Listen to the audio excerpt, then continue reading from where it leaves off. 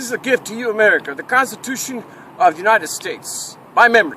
The first 10 amendments, known as the Bill of Rights, ratified on December the 15th, 1791. Amendment 1. Congress shall make no law respecting the establishment of religion or prohibiting the free exercise thereof, or of abridging the freedom of speech or of the press, or of the right of the people peaceably to assemble and to petition the government for redress of grievances. Amendment 2. A well-regulated militia being necessary to secure a free state, the right of the people to take and bear arms should not be infringed. Amendment 3. No soldier shall in time of peace be quartered in any house without the consent of the owner, nor in time of war, but in a manner to be prescribed by law. Amendment 4. The right of the people to be secure in their persons, houses, papers, and effects against unreasonable searches and seizures should not be violated, and all warrants shall issue but upon probable cause, supported by oath or affirmation, and particularly describing the place to be searched and the persons or things to be seized. Amendment 5. No person should be held to answer for capital or otherwise infamous crime unless in the presentment or indictment of a grand jury, except in cases arising in the land and naval forces or in the militia when actual service in time of war or public danger. Nor shall any person be subject for the same offense to be twice put in jeopardy of life or limb, nor be compelled in any criminal case to be a witness against himself, nor be deprived of life, liberty, or property without due process of law, nor shall private property be taken for public use without just compensation. Amendment 6. In all criminal prosecutions, the accused shall enjoy the right to a speedy and public trial by an impartial jury of the state and district wherein the crime shall have been committed, which district shall have been previously ascertained by law, and to be informed of the nature and cause of the accusation, and to be confronted with a witness against him, and to have compulsory access for obtaining witnesses in his favor, and to have the assistance of counsel for his defense. Amendment 7. In suits at common law, where the value in controversy shall exceed $20, the right of trial by a jury should be preserved, and no fact tried by a jury should be otherwise re-examined in any court of the United States than according to the rules of the common law. Amendment 8. Excessive bail should not be required, nor excessive fines imposed, nor cruel and unusual punishment inflicted. Amendment 9. The enumeration in the Constitution of certain rights should not be construed to deny or disparage others retained by the people. Amendment 10. The powers not delegated to the United States by the Constitution, nor prohibited by it to the states, are reserved to the states respectively or to the people. Amendment 11. The judicial power of the United States should not be construed to extend to any suit in law or equity commenced or prosecuted against one of the United States by citizens of another state or by citizens or subjects of any foreign state. Amendment 12, ratified on June 15, 1804. The electors shall meet in the respective states and vote by ballot for president and vice president, one of whom at least shall not be inhabitant of the same state with themselves. And they shall name in their ballots a person voted for as president, and in distinct ballots a person voted for as vice president. And they shall make distinct lists of all the persons voted for as president, and all the persons voted for as vice president, and of the number of votes for each, which list they shall sign and certify, and transmit sealed to the seat of the government of the United States, directed to the President of the Senate. The President of the Senate shall, and the President of the Senate and House of Representatives, open all the certificates, and the vote should then be counted. The person having the greatest number of votes for president should be the president, if such number be a majority of the whole number of electors appointed. And if no person have majority, then from the persons having the highest numbers, not exceeding 3 on the list of those voted for as president, the House of Representatives shall choose immediately by ballot one of them for president. But in choosing the president, the vote shall be taken by states, the representation from each state having 1 vote.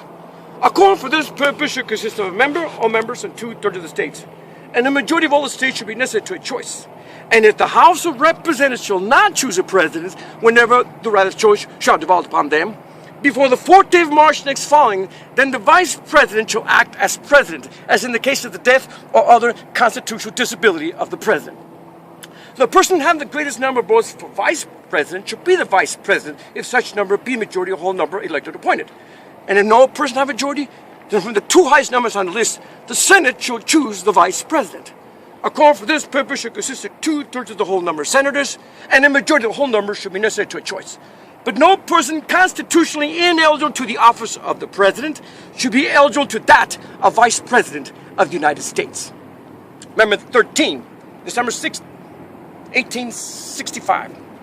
neither slavery nor involuntary servitude, except as a punishment for crime, whereof the parties shall be duly convicted, shall exist within the United States, nor any place subject to the jurisdiction. The Congress shall have power to enforce this article by appropriate legislation. Amendment 14, July 9, 1868. All persons born and naturalized in the United States and subject to the jurisdiction thereof are citizens of the United States and of the state wherein they reside. No state shall make or enforce any law which will abridge the privileges and immunities of citizens of the United States. Nor shall any state deny to any person life, liberty, or property without due process of law, nor deny to any person within this jurisdiction the equal protection of the laws. Representatives should be apportioned among the several states, according to the respective numbers, counting the whole numbers of persons in each state, excluding Indians not taxed. But when the right to vote in any election for President and Vice President of the United States, representatives in Congress, the executive and judicial officers of a state, or the members of the legislature thereof, is denied to any of the male inhabitants of such state, being 21 years of age and citizens of the United States, or in any way abridged, except for participation in rebellion or other crime. The basis of representation therein should be reduced in the proportion which the number of such male citizens shall bear to the whole number of male citizens being 21 years of age in such state. No person should be a senator or representative in Congress, or an elector of president or vice president, or hold any office, civil or military, under the United States or under any state, who having previously taken an oath as a member of Congress, as an officer of the United States, as a member of any state legislature, or as an executive or judicial officer of any state, to support the Constitution of the United States, shall have engaged in insurrection or rebellion against the same, or given aid or comfort to the enemy thereof. But Congress may, by a vote of 2/3 of each House, remove such disability. The validity of the public debt of the United States, authorized by law, including debts incurred for payment of pensions and bounties for services in suppressing insurrection or rebellion, should not be questioned.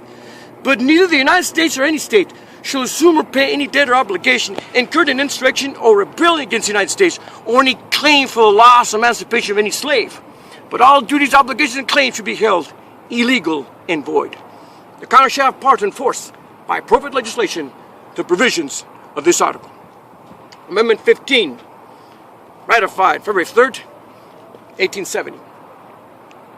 The right of citizens of the United States to vote should not be denied or abridged by the United States or by any state on account of race, color, or previous condition of servitude. The Congress shall have power to enforce this article by appropriate legislation. Amendment 16, ratified February 3rd, 1913. The Congress shall have power to lay and collect taxes on incomes from whatever source derived, without apportionment among the several states, or without regard to any census or enumeration. Amendment 17, April 8th, 1913. The Senate should be composed of 2 senators from each state, elected by the people thereof for 6 years, and each senator shall have 1 vote. The electors in each state shall have the qualifications requisite for electors of the most numerous branch of the state legislature. When vacancies happen in the representation of any state in the Senate, the executive authority of such state shall issue writs of election to fill such vacancies, provided that the legislature of any state may empower the executive authority thereof to make temporary appointments until the people fill the vacancies by election as the legislature may direct. This amendment should not be so construed as to affect the election or term of any senator chosen before it becomes valid as part of this Constitution.